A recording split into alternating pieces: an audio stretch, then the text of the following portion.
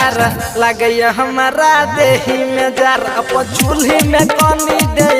बाजार लगैया हमारा देही में जार अन छौरी के कनी ले टंगरी पसार लगैया हमारा देही में जार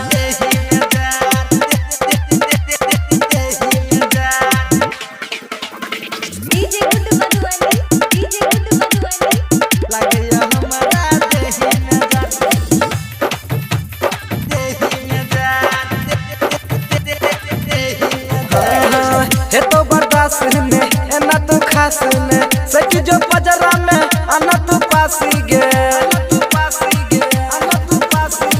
ये तो बर्दाश्त ने एना तू खास ने सखी जो पजरा में अना तू पासी गे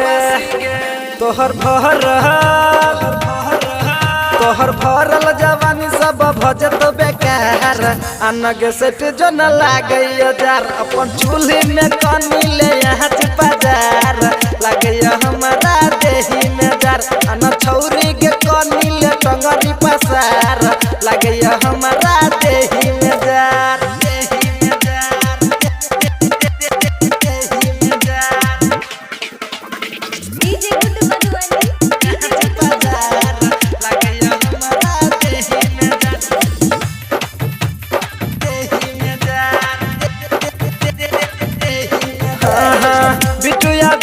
के खूबे तरसा बैठी गर्मी के मजा छोरी नहीं चिखा बैठी बिटू यादव के खूबे तरसा बैठी गर्मी के मजा छोरी नहीं चिखा बैठी राइटर दिनेश छोरी महंगो अचार अनगे सेठ जो न लागैया जार अपन चूल्ही में कनी दे यहाँ बाजार लगैया हमारा